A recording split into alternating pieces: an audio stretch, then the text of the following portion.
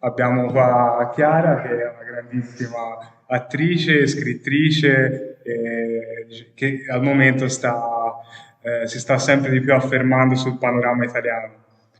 Io sono Pietro Antichi, mi presento e sono teacher trainer qua a Firenze insieme alla mia collega. Io sono Elena Berizzi e sono la project manager di questo progetto Erasmus e sono molto felice di essere qui con voi. E quindi ora magari facciamo presentare Chiara. Vuoi dirci come hai iniziato, che cosa fai, di cosa ti occupi? Allora, ciao a tutte e tutti e tutte, con lo schwa, io lo uso perché mi ricorda le mie origini napoletane, mi piace molto, molto, alcun, avvocato, è molto inclusivo, mi piace molto lo schwa. Allora, io sono Chiara, come giustamente ha detto Pietro, sono un'attrice prima di tutto, ma anche un'autrice, una stand-up comedienne, sono stata speaker radiofonica, ho scritto un romanzo, sono stata un'insegnante, una progettista culturale, traslochi, sgomberi, la e l'ombriello, l'ho fatte praticamente. Parto dal teatro, sostanzialmente, sono diplomata in un'accademia romana che si chiama Accademia Internazionale di Teatro e sviluppo un metodo molto basato sull'espressività del corpo, il metodo Lecocchiano, non so se conoscete Jacques Lecoq, era un mimo francese e quindi ho fatto il triennio di recitazione, regia e sceneggiatura in questa accademia. Nel frattempo mi sono laureata alla Sapienza in saperi e tecniche dello spettacolo triennale e magistrale, quindi ho fatto anche la formazione teorica proprio sul teatro. Ho poi fondato una compagnia teatrale che si chiama Valgrada.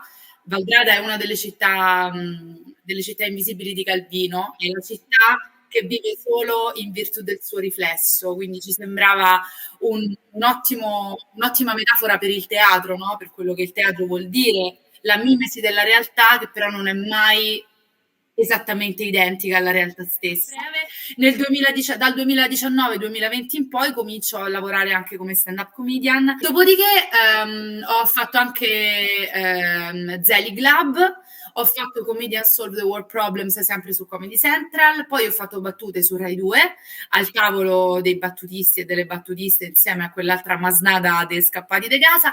E, dopodiché ho fatto l'ultima cosa che ho fatto in TV è Stand Up Comedy Rehab, sempre con Comedy Central l'anno scorso, e poi ho lavorato come speaker e autrice a Dimensione Suono Roma in tutta la stagione 2020-2021.